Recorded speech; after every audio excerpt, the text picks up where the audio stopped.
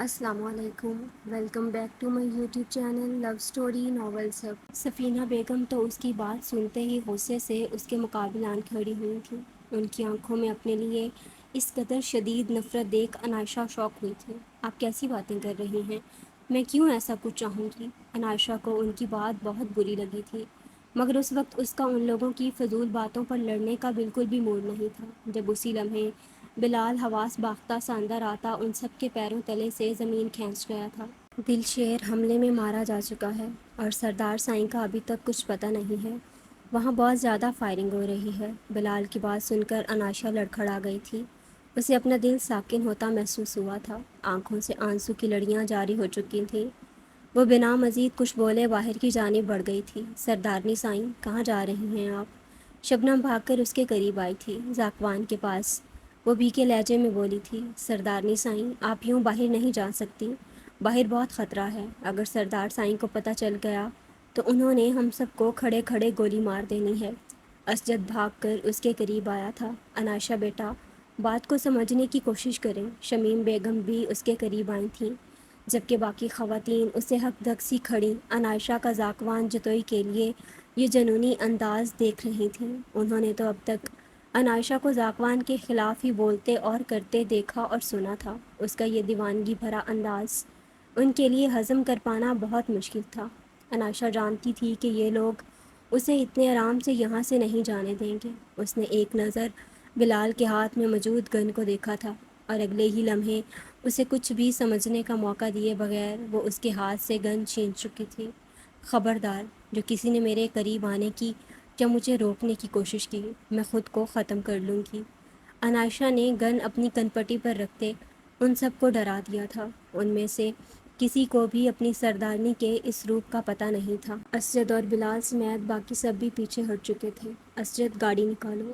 ذاکوان کے انداز میں انائشہ نے اسجد کو حکم دیا تھا۔ اس کے ڈرائیور کو ساتھ نہ لے جانے والی بات سن کر اسجد مزید گھبرا گیا تھا۔ کل تو جیسے تیسے وہ ذاکوان جتوئی سے بچ گیا تھا، مگر آج سردارنی کی ان حرکتوں کے بعد اسے اپنے بچنے کے کوئی چانس نظر نہیں آ رہے تھے۔ انائشہ ان سب گارڈز کے بیچ سے گاڑی نکال کر لے گئی تھی۔ یہ لڑکی کیا واقعی ہی اتنی بے وقوف ہے یا صرف بن رہی ہے؟ کیا اسے ذرا خبر نہیں ہے کہ اس کی حرکت کے بعد یہ ذاکوان جتوئی کو خود سے کس قدر بدگمان کر سکتی ہے؟ گلناز بیگم بمشکل اپنی حیرت پر قابو پاتے بولی تھیں، جب کل کی گئی اس کی گستاخی معاف ہو گئی ہے تو یہ بھی ہو جائے گی۔ آخر کو سردار کی چہیتی سردارنی جو بن چکی ہے، مجھے اسی بات کا ڈر تھا جو دیکھو اب ہو چکی ہے۔ یہ لڑکی سردار سائیں کے دل میں پوری طرح اپنی جگہ بنا چکی ہے۔ خولہ نے بجھے ہوئے دل کے ساتھ انہیں جواب دیا تھا، نہیں، یہ حرکت معاف ہونا اتنا آسان نہیں ہے۔ یزدان شاہ اسے باہوں میں اٹھائے اس کے روم میں چھوڑ گیا تھا۔ زرجان کو اس طرح بے ہوش ہوتا دیکھ سبھی بہت پریشان تھے۔ ڈاکٹر کو بلوایا گیا تھا، جس کے پورے 2 گھنٹے بعد اسے ہوش آیا تھا۔ اس کے ہوش میں آنے کا سنتے یزدان شاہ اور مہرجان اپنے ساتھ آئے مہمانوں کو لیے وہاں سے رخصت ہو گئے تھے۔ مہرجان زرجان کی حالت کے پیش نظر کل کے دن پر رخصتی رکھ دینا چاہتی تھیں، مگر یزدان کے سختی سے کیے جانے والے انکار پر رخصتی آج شام کی ہی رکھی گئی تھی۔ زرجان ہوش میں آنے کے بعد نہ جانے کتنی بار رو چکی تھی۔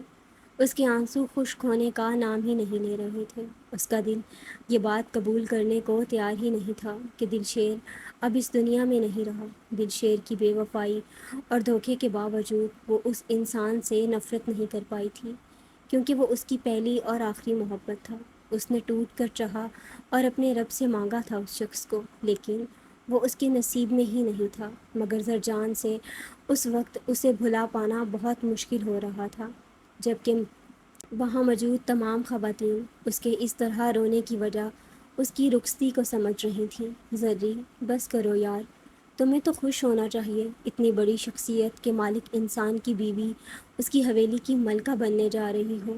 بابا بتا رہے تھے کہ یزدان شاہ بہت بڑی جاگیر کے مالک ہیں۔ سردار ذاکوان جتوئی کے بعد ان کی وراثت سب سے زیادہ ہے، اور تمہاری ساس تو بہت ہی محبت کرنے والی اتنی نیک خاتون ہے۔ تمہیں تو خوش ہونا چاہیے، مگر تم اس قدر رو رہی ہو۔ اور میں نے سنا ہے کہ یزدان شاہ کو تمہارے شعر پڑھنے جانے پر بھی کوئی اعتراض نہیں ہے۔ زرجان کی چچا زاد باقی سب لڑکیاں اس کے سامنے یزدان شاہ کی خوبیاں گنواتی اسے حوصلہ دے رہی تھیں، مگر زرجان انہیں اپنی تکلیف کے بارے میں کچھ بتا ہی نہیں پائی تھی کہ اس وقت وہ کس اذیت اور درد کے زیر اثر تھی۔ اسے سرخ عروسی جوڑا پہنا کر اس کے 16 سنگھار کر دیے گئے تھے۔ یزدان شاہ کے نام کی دلہن بنی وہ دل شیر کے لیے رو رہی تھی، اس کے آنسو ابھی بھی نہیں تھم سکے تھے۔ وہ دل شیر کو یاد کر کے یزدان شاہ کی امانت میں خیانت نہیں کرنا چاہتی تھی، مگر اس وقت اس کا خود پر سے اختیار ہی ختم ہو چکا تھا۔ بارات آ گئی ہے، باہر سے کسی نے اطلاع دی تھی، جس کے ساتھ ہی زرجان پوری طرح آنسوؤں میں بھیگ گئی تھی۔ اناشا گاڑی لے کر جتوئی حویلی سے نکل آئی تھی، اسے یہاں کے راستوں کا بالکل بھی اندازہ نہیں تھا۔ اس نے 2 بار راستے میں اتر کر خان حویلی کا راستہ پوچھا تھا، مگر پھر بھی وہ ان اونچے نیچے راستوں میں سے بمشکل گاڑی نکالتی بار بار بھٹک رہی تھی، جب اچانک ریت کے ایک بڑے سے ٹیلے سے گزرتے اس کی گاڑی کا ٹائر وہاں پھنس گیا تھا۔ او شٹ! اناشا نے زور سے اسٹیئرنگ پر ہاتھ مارتے اپنا غصہ نکالا تھا۔ وہ ابھی گاڑی سے نکلی ہی تھی جب 3-4 گاڑیاں مٹی اور دھول اڑاتی اس کے ارد گرد آن کھڑی ہوئی تھیں۔ اناشا گھبرا کر گاڑی کے دروازے سے جا لگی تھی، کیونکہ گاڑیوں سے سیاہ رومال سے اپنے چہرے ڈھکے اسلحہ سے لیس بہت سارے افراد برآمد ہوئے تھے۔ وہ سب اس کے گرد بندوقیں تانے کھڑے ہوتے گاڑی کی تلاشی لینے لگے تھے۔ اناشا نے زعفران کی شال سے خود کو پوری طرح ڈھکا ہوا تھا، اس کا چہرہ بھی نقاب کے اندر تھا، جب ان میں سے درمیان والی گاڑی کا دروازہ کھلا تھا اور وہاں سے سفید لباس پہنے 2 شخص باہر آئے تھے۔ بڑی بڑی مونچھوں کو تاؤ دیتے وہ اناشا کے قریب آئے تھے۔ سلام سردارنی، معذرت خواہ ہیں کہ آپ کو زحمت دینی پڑ رہی ہے، مگر آپ کی حویلی کے مردوں، خاص کر اس سردار زاکوان جتوئی کی اکڑ اور غرور کو ختم کرنے کے لیے ہمیں آپ کو زبردستی اپنے ساتھ لے جانا پڑے گا۔ جو لوگ ہماری عزتوں سے کھلواڑ کریں گے ہم بھی انہیں بتا دیں گے کہ اس کا انجام کیا ہوتا ہے۔ وہ لوگ اسے اغوا کرنے کی نیت سے آئے تھے۔ یہ سن کر اناشا اندر تک لرز اٹھی تھی۔ کون ہو تم لوگ اور کیا دشمنی ہے تمہاری سردار سائنس سے؟ اناشا اپنا خوف اندر چھپائے بظاہر مضبوط لہجے میں گویا ہوئی تھی۔ وہ سامنے کھڑے افراد بھی سردارنی کے اس دلیری پر متاثر ہوئے بنا نہیں رہ پائے تھے، کیونکہ جس طرح وہ بندوقوں میں گری تنہا کھڑی تھی، اس حالت میں تو اکثر بڑے بڑے مردوں کے بھی چھکے چھوٹ جایا کرتے تھے۔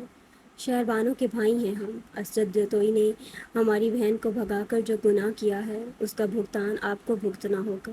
آپ اپنی مرضی سے چلیں ہمارے ساتھ، ورنہ ہمیں آپ سے زبردستی کرنی پڑے گی۔ ان کا انداز اناشا کے لیے کافی مودبانہ تھا، وجہ اس کا زاکوان جتوئی کی بیوی ہونا تھا۔ اناشا ان سب کی جھکی نظریں دیکھ اپنے شوہر کے رتبے اور رکھ رکھاؤ پر سر فخر سے بلند کر گئی تھی۔ اس کے یوں بنا خوف کھائے کھڑے ہونے کی بڑی وجہ زاکوان جتوئی تھا۔ وہ جانتی تھی اس کا سردار اس پر آنچ تک نہیں آنے دے گا۔ تم لوگوں کو کیا لگتا ہے تم لوگ زبردستی مجھے لے کر جاؤ گے یا مجھے ہاتھ بھی لگانے کی کوشش کرو گے تو زاکوان جتوئی تم میں سے کسی ایک کو بھی زندہ چھوڑ دے گا؟ بھول ہے تمہاری۔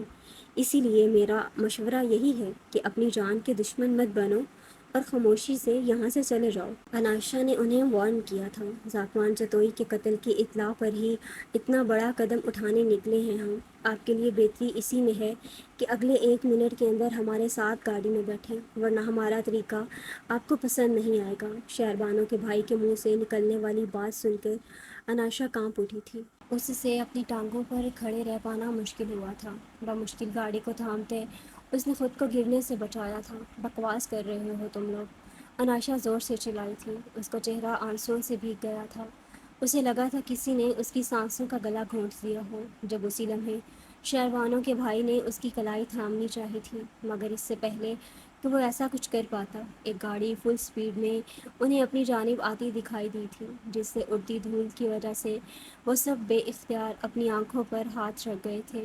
گاڑی رکتے ہی ایک جھٹکے کے ساتھ دروازہ کھولتے زاکوان جتوئی باہر آیا تھا اور خون اشام نگاہوں سے اناشا پر گن تانے کھڑے افراد کی جانب دیکھا تھا، مگر اس کی ایک نگاہ ہی ایسی تھی کہ وہ لوگ فوراً اپنی بندوقیں نیچے کر گئے تھے، جبکہ شہربانوں کے بھائی خود ذاکوان جتوئی کو صحیح سلامت کھڑا دیکھ بوکھلا چکے تھے۔ انہوں نے ذاکوان جتوئی کی عزت پر نظر ڈالی تھی، اب وہ انہیں کسی قیمت پر بھی نہیں چھوڑنے والا تھا۔ ذاکوان جتوئی وہاں بالکل اکیلا آیا تھا۔ انائشہ کی حویلی سے نکلنے کی خبر سنتے ہی وہ بنا اپنی سیکیورٹی کی پرواہ کیے اکیلا ہی نکل آیا تھا، اور یہاں اپنی سردارنی کو اتنے سارے لوگوں میں گھرا دیکھ اس کا غصہ کئی گنا بڑھ گیا تھا۔ طیش کے مارے اس کا برا حال تھا۔ انائشہ کی جانب بڑھتے وہ اسے اپنے حصار میں لے گیا تھا، جو اسے صحیح سلامت سامنے دیکھ واپس سے جی اٹھی تھی۔ اس کا سردار اس کی ڈھال بن کر آن کھڑا ہوا تھا۔ اسے اب کسی سے بھی ڈرنے کی ضرورت نہیں تھی۔ شہربانوں کے بھائیوں کے لائے آدمی اپنے سردار کو وہاں دیکھ بالکل پیچھے ہٹ چکے تھے۔ بہت بڑا گناہ کیا ہے یہ گھٹیا حرکت کر کے، اس کا انجام تو بھگتنا ہی پڑے گا۔ ذاکوان گن ان دونوں پر تانتا ان کی ٹانگیں گولیوں سے چھلنی کر گیا تھا، جبکہ انائشہ ذاکوان کا یہ غضبناک روپ دیکھ خوف کے مارے اپنے حواس کھوتی اس کے سینے پر جھول گئی تھی۔ زرجان کو رخصت کروا کر شاہ حویلی لے جایا گیا تھا، جہاں اس کا انتہائی شاندار طریقے سے استقبال کیا گیا تھا، مگر اس کی حالت ایسی نہیں تھی کہ وہ کوئی شے بھی انجوائے کر پاتی۔ اس کا پورا وجود بخار سے تپ رہا تھا۔ مسلسل اتنے دنوں کی اذیت سے یہ نتیجہ نکلا تھا کہ وہ بیمار پڑ گئی تھی، مگر اپنی تکلیف کا بتائے بغیر وہ مہر جان کی کہی ہر بات ماننے لگی تھی۔ وہ مہر جان سے ان کے اکلوتے بیٹے کی شادی کی خوشی نہیں چھیننا چاہتی تھی، اس لیے ان کی کہی ساری رسمیں کرتی چلی گئی تھی۔ اس نے ایک بار بھی نظریں اٹھا کر اپنے شوہر کی جانب نہیں دیکھا تھا۔ زری، تمہیں تو بہت تیز بخار ہے۔ اچانک زرجان کا ہاتھ تھامنے پر مہر جان پریشان ہو اٹھی تھیں۔ انہوں نے فوراً سے رسمیں ختم کرتے اسے یزدان کے روم میں بھجوا دیا تھا۔ پھولوں سے سجے انتہائی خوبصورت سے روم میں قدم رکھتے زرجان کی آنکھوں سے ایک بار پھر آنسو جاری ہو چکے تھے۔ اسے لے جا کر پھولوں سے سجی یزدان شاہ کے نام کی سیج پر بٹھا دیا گیا تھا۔ آنے والے وقت کا سوچتے زرجان کا پورا وجود ہولے ہولے لرز رہا تھا۔ زری، میری گڑیا، آپ اس طرح روک کر تو اپنی طبیعت مزید بگاڑ لیں گی۔ یہ میڈیسن لیں اور خود کو ریلیکس رکھیں۔ مہر جان اسے پانی کا گلاس تھماتے اس کا ہاتھ سہلاتے ہوئے بولی تھیں، جو پوری شدت کے ساتھ بخار میں تپ رہا تھا۔ مہر جان پلیز، کیا آپ یہاں میرے پاس رک سکتی ہیں؟ آج میری طبیعت ٹھیک نہیں ہے، مجھے آپ کی ضرورت ہے۔ زرجان نے اپنے لرزتے ہاتھوں سے مہر جان کا ہاتھ تھامتے جو بات کہی تھی وہ سن کر مہر جان کے ساتھ ساتھ دروازے سے اندر داخل ہوتا شخص بھی مسکرا دیا تھا۔ زری، آپ اتنا کیوں گھبرا رہی ہیں؟ میرا بیٹا بہت اچھا ہے، آپ کا بہت خیال رکھے گا، آپ ایک بار اس سے مل تو لیں۔ مہر جان اپنی بہو کی گھبراہٹ ملاحظہ کرتی اسے پیار سے پچکارتے ہوئے بولی تھیں، مگر ان کی کوئی بھی تسلی زرجان کا غم دور نہیں کر پائی تھی۔ اس کے رونے کو دیکھ کر اس کا میک اپ واٹر پروف کیا گیا تھا، جو ابھی ہنوز قائم و دائم اپنی اصلی حالت میں تھا، اور اسی لباس میں سجی سمری وہ بے پناہ حسین لگ رہی تھی۔ اس کے دل فریب وجود کی رعنائیاں 16 سنگھار سے مزید نکھر آئی تھیں۔ وہ بیڈ پر لال گلاب کے پھولوں کی سیج کے بیچ بیٹھی انہی کا حصہ معلوم ہوتی دروازے میں کھڑے شخص کے ضبط کا بہت گہرا امتحان لے گئی تھی۔ میں آپ کی جانب سے بالکل بے فکر ہوں زری، کیونکہ میں جانتی ہوں میرا بیٹا مجھ سے کہیں زیادہ بڑھ کر آپ کا خیال رکھے گا۔ مہر جان اس کے ماتھے پر بوسہ دیتی پیار سے اس کا چہرہ سہلاتی اس کے پاس سے اٹھ گئی تھیں، جبکہ زرجان چاہنے کے باوجود انہیں روک بھی نہیں پائی تھی۔ بہت شکریہ میری بیوی کو میرے حوالے کرنے کا۔ زرجان دروازے پر پہنچی تھیں جب وہاں کھڑے یزدان شاہ نے مسکرا کر ان سے شکوہ کیا تھا، جبکہ چہرہ جھکائے بیٹھی زرجان کی سماعتوں سے جیسے ہی یہ آواز ٹکرائی اسے گہرا شوق لگا تھا۔ اس نے کرنٹ کھاتے چہرہ اٹھایا تھا۔ مہر جان جا چکی تھیں، مگر دروازہ لاک کر کے واپس مڑتے شخص کو دیکھ زرجان کو کمرے کی ہر شے اپنے ارد گرد گھومتی محسوس ہوئی تھی۔ دلشیر اس کے لب دھیرے سے پھڑپھڑائے تھے۔ زرجان کو اپنی بینائی پر یقین نہیں آیا تھا۔ وہ جو دیکھ رہی تھی کیا یہ سب سچ تھا؟ کیا واقعی دلشیر اس کے سامنے موجود تھا؟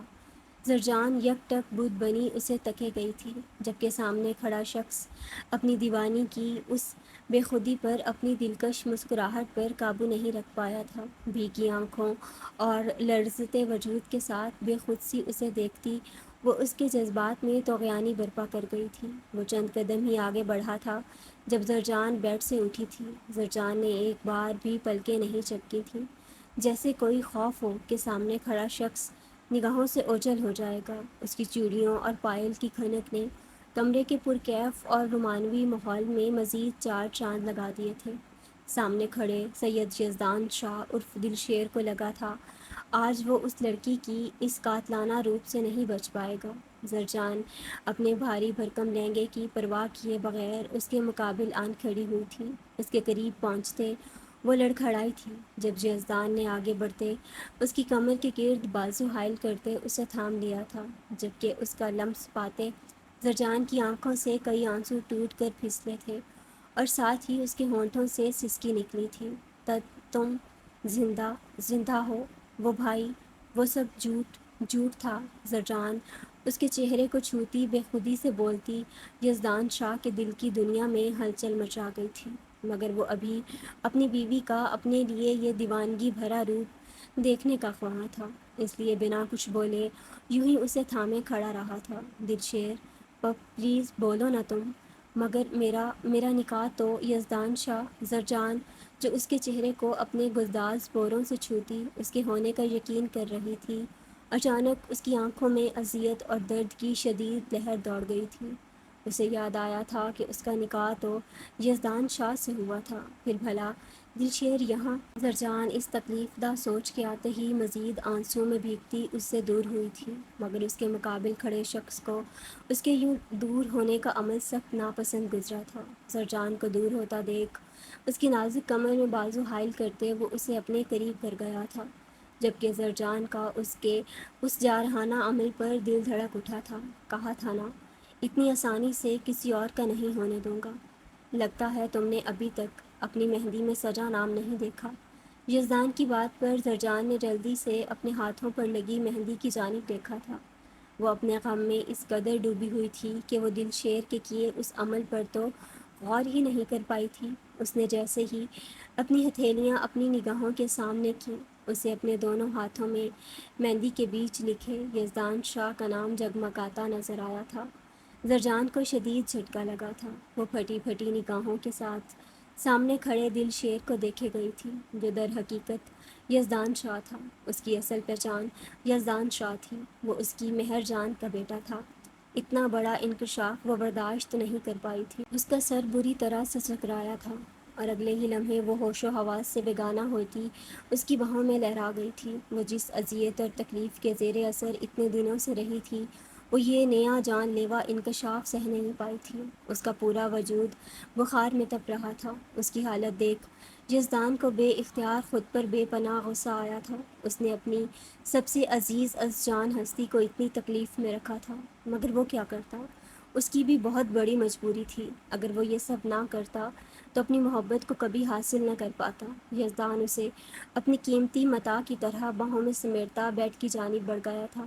اسے احتیاط سے لٹاتے یزدان نے بغور اس کے حسین روپ کی جانب دیکھا تھا۔ اس کا یہ دل فریب روپ یزدان شاہ کے دل میں بجلیاں گرا رہا تھا۔ بلیڈ ریڈ رنگ کے لہنگے میں فل میک اپ اور بھاری زیورات پہنے وہ اسے اپنے دل اور حویلی کی شہزادی ہی لگی تھی، جسے بہت تکلیف پہنچانے کے بعد وہ اسے اس کے اصل مقام پر لے آیا تھا۔ پوری دنیا کے ساتھ ساتھ اسے اپنی محبت سے بھی اپنی پہچان چھپانی پڑی تھی، مگر اسے قطعاً اندازہ نہیں تھا کہ اس سب میں اس کی سب سے پیاری ہستی سب سے زیادہ تکلیف اٹھائے گی۔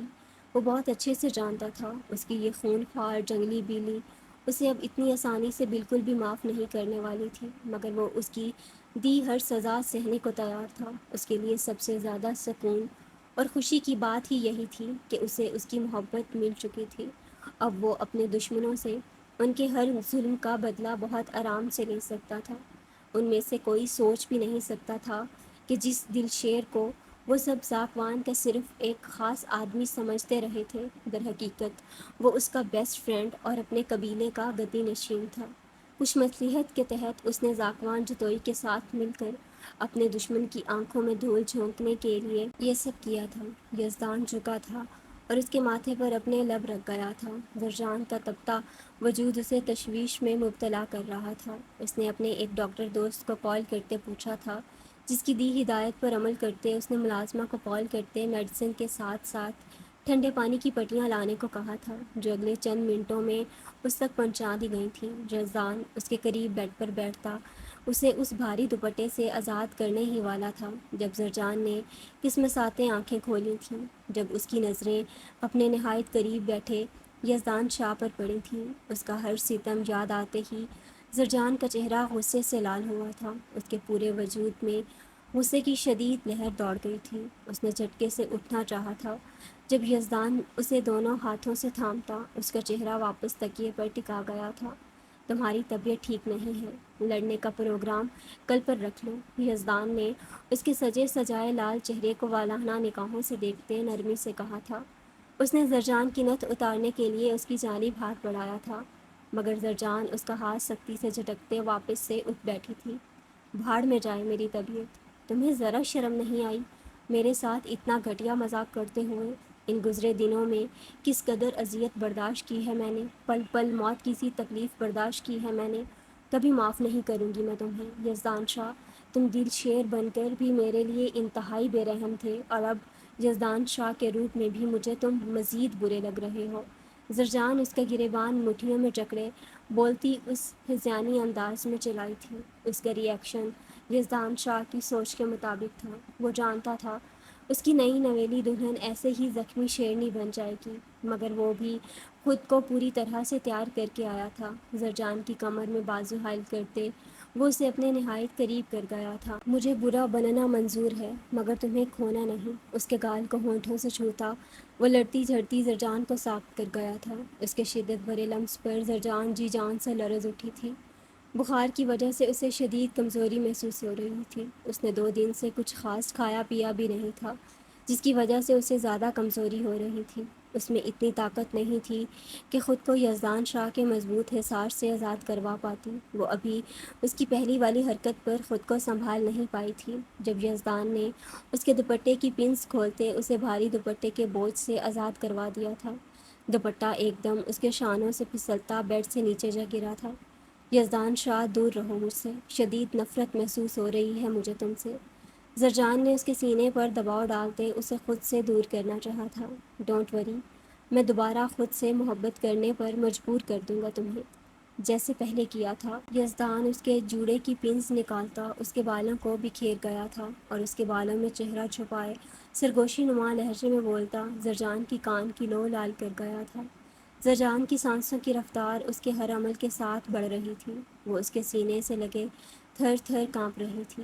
میری سوچ سے کہیں زیادہ حسین ہو تم۔ اس کے بنا دوپٹے کے سجے سجائے حسین سراپے کو بے باک نگاہوں سے دیکھتے وہ اس کی جان نکال گیا تھا۔ یزدان شاہ، اگر اپنی زندگی عزیز ہے تو دور ہو جاؤ مجھ سے۔ زرجان اس کے ہاتھ کے لمس اپنی کمر پر محسوس کرتی کانپ اٹھی تھی۔ ہاتھ بڑھا کر ٹیبل پر رکھا ڈیکوریشن پیس اٹھاتے وہ اس کی ڈھیلی پڑتی گرفت سے نکلتی دور جا کھڑی ہوئی تھی۔